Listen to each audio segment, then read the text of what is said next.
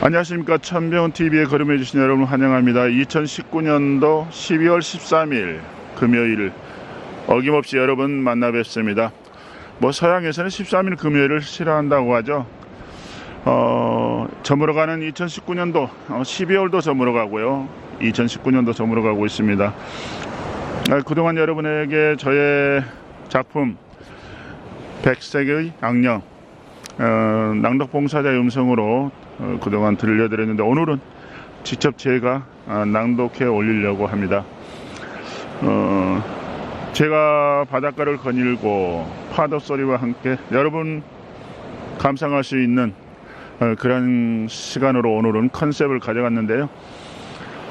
제가 낭독하는 백색 악령 들으시면서 또 해변을 걷는 저의 모습 이렇게 보시면서 여러분도 함께 이 바닷가를 거니는 그런 마음으로 함께 감상해 주셨으면 고맙겠습니다.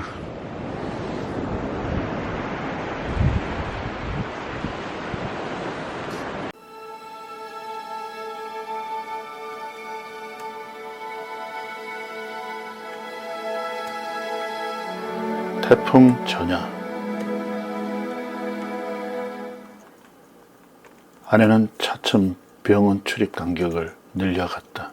2주일, 3주일 간격에서 한 달로 늘리더니 드디어 2달로 넓혔다. 글리백으로 인한 이상 징후들도 거의 자취를 감추었고, 어쩌다 일어난 메스꺼림은 다른 때 그것에 비하면 비교도 안 될 만큼 경미했다. 그런데 2004년 9월 아내에게 감기 증상이 나타났다. 3월 백혈병 판정을 받은 때로부터 6개월이었다. 면역체계의 붕괴로 외부 근들에 노출되다시피 무방비 상태였으니 흔한 감기에도 긴장할 수밖에 없었다. 아내의 입술은 피어오른 열로 말라붙었고 음식 맛은 다시금 곤두박질 쳤다. 그리고 어지럼증이 파도처럼 밀려왔다. 조바심으로 이틀을 보낸 나는 증상이 별 차도를 보이지 않자 부랴부랴 아내를 데리고 S병원을 찾았다. 아니, 이게 어떻게 된 겁니까? 글리백 내성이 생긴 듯 보이네요. 혈액 검사표를 유심히 들여다본 K 교수가 의혹에 찬 어조로 말을 뱉었다. 내 가슴 밑바닥으로 커다란 추 하나가 쿵 소리를 내고는 떨어졌다. 약은 빼지 않고 잘 복용한 겁니까? 네, 그렇습니다. 약을 걸은 적은 없는데요. 흡사 숙제를 하지 않아 꾸지람을 기다리는 학생의 형국이었다. 아내의 약은 일체 내가 관리했다. 그러했으므로 그 점에 있어선 의심의 여지가 없었다. 질병과의 싸움보다도 약과의 싸움이 더 고통스럽다며 몇 번이고 약을 거절한 때가 있었다. 자기야, 이러면 안 돼. 지금은 힘들더라도 이겨내야 해. 그래야 살 수 있어. 그래야 자기가 우리 곁에 오래오래 머물러 있을 수 있어. 자기는 몰라. 이 약을 먹을 때마다의 고통을 자기가 어떻게 알아. 자기는 몰라. 아무도 모른다고. 눈물을 흘리며 함께 쏟아내린 아내의 말 한마디 한마디는 끝이 예리한 비수였다. 아내의 말처럼 독한 항암제의 고통은 고스란히 아내의 몫이었다. 누구도 대신할 수 없는 온전히 아내의 것이었다. 도대체 살기 위해서 약을 먹는 거니? 죽기 위해서 약을 먹는 거니? 자기야, 정말 이리 곁에서 지켜보기 가슴 아프다. 견디어야 했음에도, 약한 모습을 내보이지 말아야 했음에도, 때로는 아내를 끌어안다 보면 억제할 수 없는 체근함의 오열을 토하고 무너지기도 했다. 그렇지만 그 모든 것들은 순간의 감정일 뿐, 현실은 또 달랐다. K 교수는 즉시 입원할 것을 권했다. 입원해서 골수검사를 재개해 만일 글리백 내성으로 밝혀지면 글리백 복용도 중단해야 하는 기로에 서 있었다. 그야말로 죽기 살기로 고비고비 넘겨 적응한 글리백이었다. 그런데 내성으로 복용 중단을 해야 한다니 망연자실, 절망의 수렁으로 굴러떨어지는 기분이었다. 8월 초 가족 여행길에서 돌아오기까지만 해도 아내에게선 별다른 징후를 느낄 수가 없었다. 몇 년 전부터 여름방학 때면 우리 가족은 여행을 떠났다. 비록 부모는 앞을 보지 못할지라도 여행을 통해 아이들에게 넓은 세상을 보여주고 그 가운데에서 안목을 넓힐 수 있는 기회를 만들어줘야겠다는 생각에서 가져온 연례 행사였다. 그렇게 가족 여행에서 돌아와 정한 날에 병원을 찾았을 때도 K 교수는 혈액검사 결과가 아주 좋다는 진단을 내렸다. 그리고 예약일을 10월 중순으로 잡아주기도 했다. 그런데 뜻하지 않게 감기에 걸린 바람에 10월 중순을 한 달 앞두고 글리백 내성이 의심된다며 서둘러 입원과 동시에 골수 검사 지시를 받았다. 전신에서 기운이 물처럼 새어나가는 걸 느꼈다. 보증인이 있어야 하는데 혹시 함께 오지 않았나요? 업무과 직원의 느닷없는 말에 어리둥절해진 나는 멍한 얼굴이 되어 바라보았다. 아니, 병원에 입원하는데 보증인이 무슨 말인가요? 네, 치료비 청구에 따른 잡음 때문에 그렇습니다. 막대한 치료비를 요할 가능성이 있는 환자에게 적용시킨 제도라는 걸 그때 처음 알았다. 세상의 삭막함을 맛보는 순간이었다. 제 아내는 공동모금회에 치료비로 예치된 것이 있습니다. 아, 그렇습니까? 내 말이 떨어지기 무섭게 그는 폰을 들어 사회복지 상담실을 호출했다. 그리고 얼마 가지 않아 입원 수속은 매끄럽게 진행되었다. 아무리 금전만능의 시대라지만 중환 환자를 앞에 두고 너무들 한다는 생각으로 가슴 서늘함을 느꼈다. 아내를 병실에 두고 집에 돌아온 나는 이것저것 병실에서 쓸 것들을 챙겼다. 그리고 S복지관 K양에게 전화를 했다. 시각장애인의 병원 생활에서 간병인은 절대 불가결의 존재였다. 화장실 출입이며 식사 때마다 빈 식판을 내놓는 일까지 정한인이라면 걱정거리도 안 될 하찮은 일들이 높은 장벽처럼 어려움으로 버티고 있었다. 그러나 S복지관 K양과 병원 상담실 M양의 가진 노력으로 간병인을 지원받는 행운을 누릴 수 있게 되었다. 간병인은 아침 9시에서 오후 5시까지 아내 곁에 머물러 주었다. 나는 그가 퇴근할 때를 맞춰 학교에서 돌아온 딸 중 누구라도 데리고 병실을 찾았다. 그렇게 아내와 함께 시간을 보내고 밤 10시가 가까워지면 화장실을 다녀오게 한 후 다음 날 또 오겠다는 약속을 하고 병실을 나오기를 반복했다. 결국 아내는 골수 검사 결과 글리백 내성이 판별되어 다시 하이드리아 복용을 지시받았다. 생각조차 하고 싶지 않은 고통을 감수하며 적응한 글리백이었다. 예약 기간도 2달 남짓 늘려잡을 만큼 몸 상태도 나쁘지 않았다. 갑작스러운 상황 변화에 그저 넉나간 사람처럼 머릿속이 횡했다. 일주일 만에 열을 벌써버리고 아내는 퇴원했다. 아니, 이거 계산이 잘못된 거 아닌가요? 창구 직원이 내민 영수증에 적힌 107만 원이라는 액수에 놀란 나는 황망히 되물었다. 잘못된 것은 없는데요. 약이며 비급여 항목 때문에 그렇습니다. 일주일간 입원해 받은 치료의 대가가 그만큼이라는데 그저 할 말을 잃고 말았다. 공동모금회에 예치되어 있는 성금이 병원 문을 열어주긴 했지만 최소 생계비에 의지해 생활하는 수급 대상자에게 터무니없는 액수는 기가 질릴 뿐이었다. 아내는 예정처럼 하이드리아를 복용하면서 일주일, 2주일 간격으로 병원 걸음을 했다. 때론 적혈구를 또 어느 땐 혈소판을 수혈했다. 수혈 도중 사시나무 떨듯 떨려오는 거부 반응이 일어나기도 했다. 그러면 아내는 응급실로 옮겨졌다. 그런 날엔 여지없이 응급실에서 밤을 보내고 다음날 한낮에 가서야 귀가를 했다. 응급실은 투쟁장이었다. 삶과 죽음, 병과의 씨름하는 처절한 전장이었다. 침상이 비었나 싶다가도 채워지고 울부짖는 소리에다 앓는 소리, 그리고 분주히 침대 사이를 누비는 의료진들까지 영락없는 전장이었다. 오장을 쥐어짜는 듯한 소리에 놀란 나는 눈을 떴다.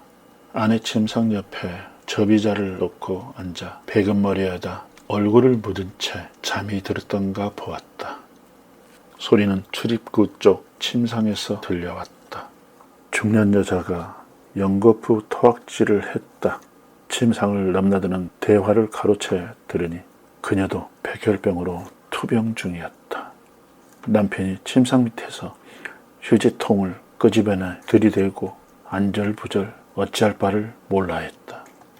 여자는 한보시기도 다 비우기 전에 속이 뒤틀려 올라 그조차도 모두 쏟아내고 있었다. 입에 넣은 건 한보시기였는데 여자는 드럼통만큼의 고통을 토해내고 있었다. 이곳저곳 침상에서는 도런도런 얘기 소리와 부시럭거리는 소리가 났다. 그런 와중에도 요깃거리에 손이 갈 수 있다는 것에 내심 놀랐다. 그렇게 응급실에서의 하룻밤을 보내고 집으로 돌아왔다. 아내는 이렇다 할 만한 어려움 없이 하이드리아를 복용하면서 2주일 간격으로 집과 병원을 오갔다. 그렇게 고개사가 줄을 타듯 하루하루를 지내는 동안 아내는 두 번째 입원을 맞았다. 2004년 12월 하순. 글립에 내성이 생긴 이후 종종 나타나는 빈혈 증상에다 간헐적인 발열 증상으로 입에 음식 넣기를 꺼려하는 날이 잦으면서 아내의 몸은 극도로 쇠약해졌다. 특정 환자가 연이어 간병인을 지원받을 수 없도록 되어 있는 제도 탓에 두 번째 입원 때는 셋째 딸 샘 혹은 둘째 슬기가 학교 결석을 감수하며 번갈아 엄마 곁을 지켰다. 처음 입원했을 때와 마찬가지로 진저리 처지는 골수 검사의 고통을 또 한 번 맛봐야 했다. 일주일 만에 퇴원한 아내는 먹는 것이며 움직이는 것에서 전과 달랐다. 그렇게 아픔과 눈물로 점철된 2004년을 돌아 2005년 1월을 맞았다. 예전 같진 않았어도 아침 일찍 일어나 아내는 조반을 준비하고 아이들을 깨우고 하는 등 전과 다름없는 모습을 보이려고 안간힘을 썼다. 너무 무리하지 말고 적당히 해도. 그리고 말만 해. 내가 다 할 테니까. 응? 자기 몸은 뭐 새로 만들었나? 내가 누워서 못 일어날 때마다 집안일 대신하고 고생하는데 내가 조금이라도 움직일 수 있을 때 할 수 있는 건 해야지. 아내는 내 말에 언제나 똑같은 말로 그렇게 뿌리쳤다. 나도 하고 아이들도 시키고 하면 되니까.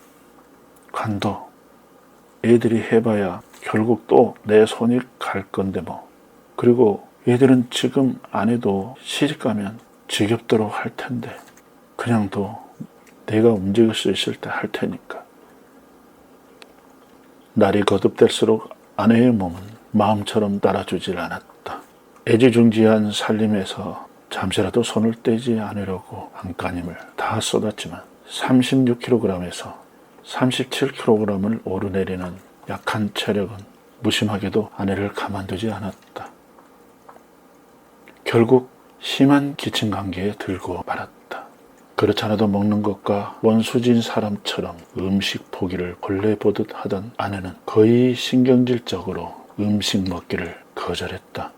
게다가 주일이면 새벽부터 교회 갈 준비하느라 샤워를 하고 옷을 고르고 하면서 명절 맞은 아이처럼 분주히 움직이던 사람이 1월에 들어와서만도 2차례나 교회에 출석하지 못했다.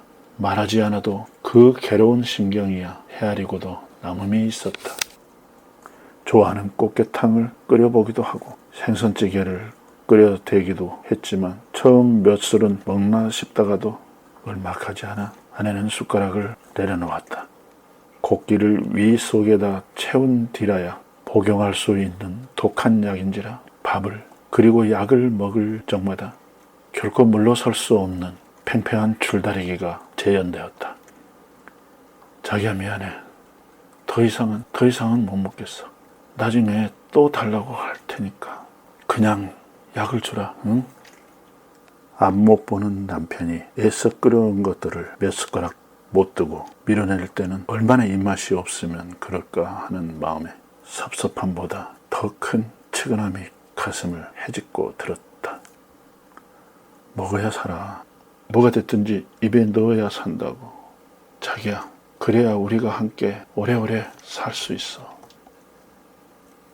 그렇게 말하는 내 목구멍으로 뜨거운 불덩이 같은 것이 울컥 쏟아져 나오려고 발버둥을 쳤다.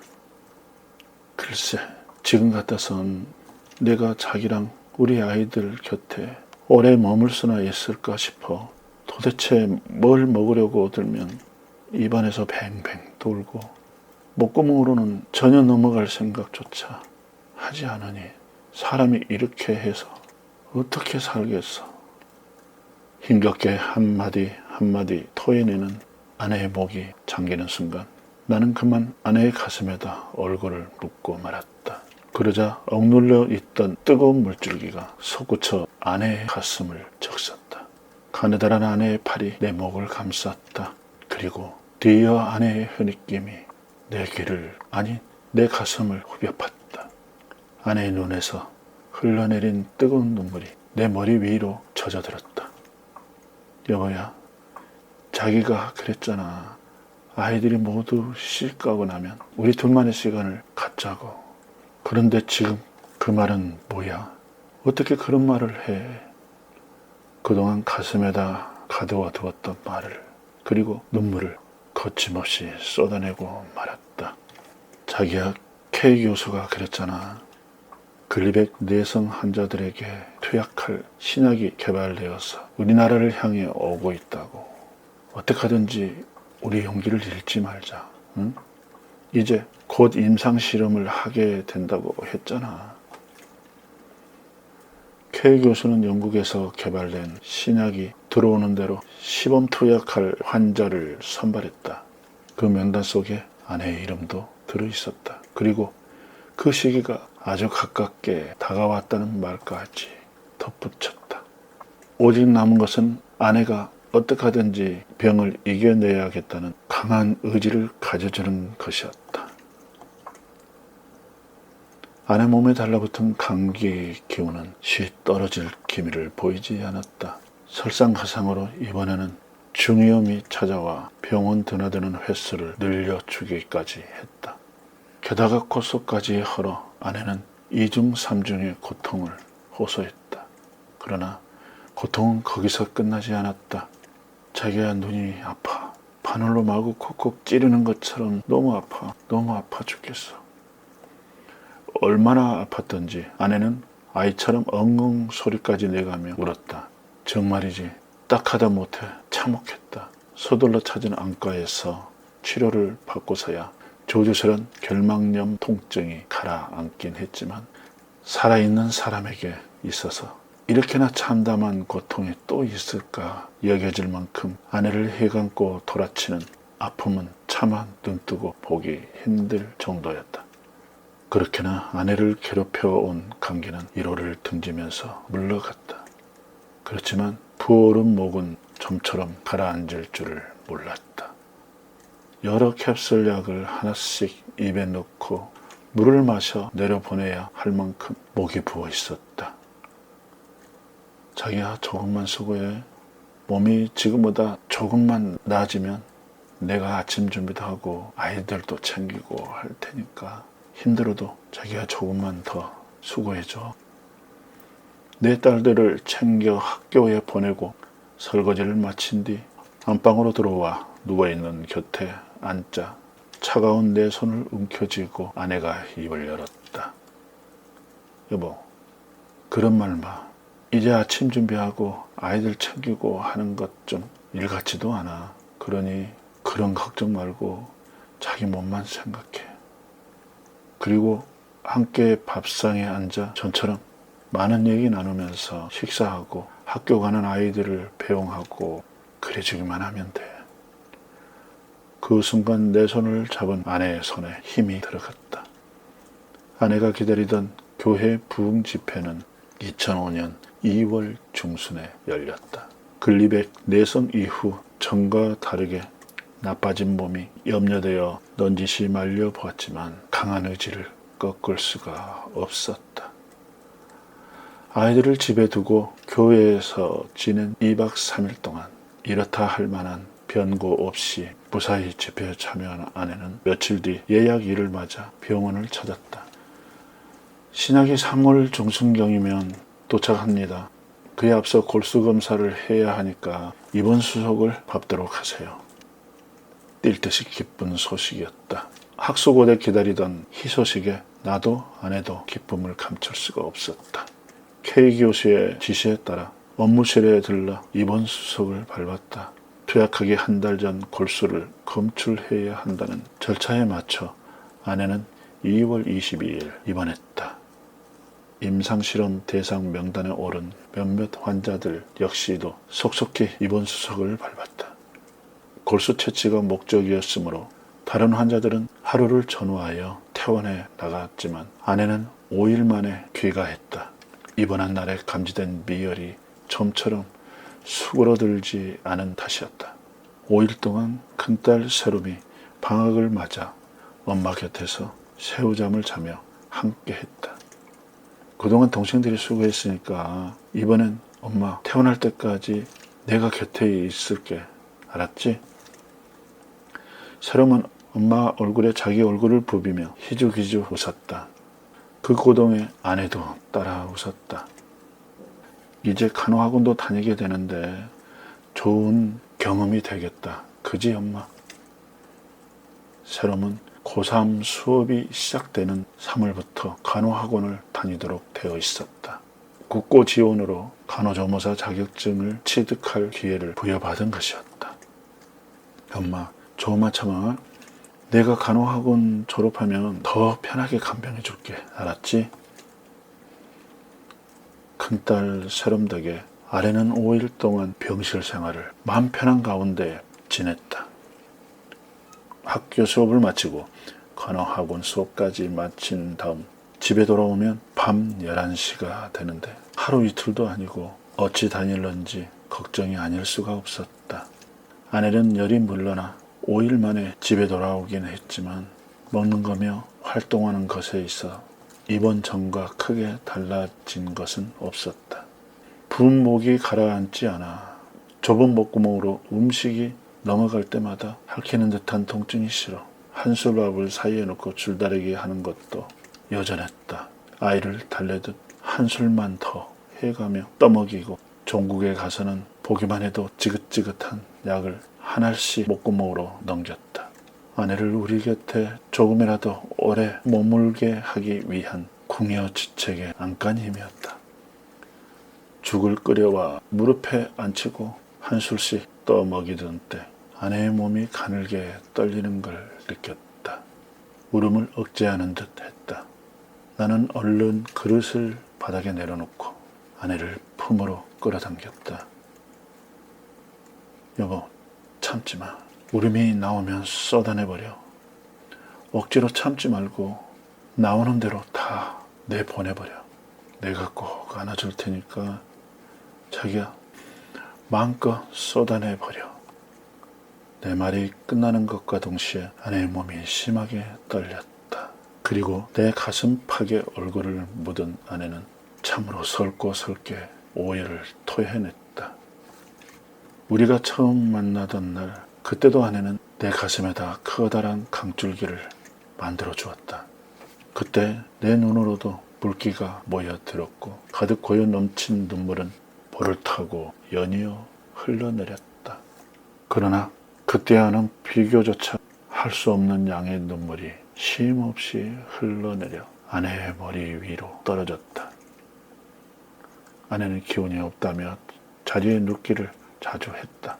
얼마 안 있어 신약 투여도 시작될 터인데 기력을 회복한 몸으로 입원하길 바라는 마음이 크면 클수록 내심 걱정도 커져갔다.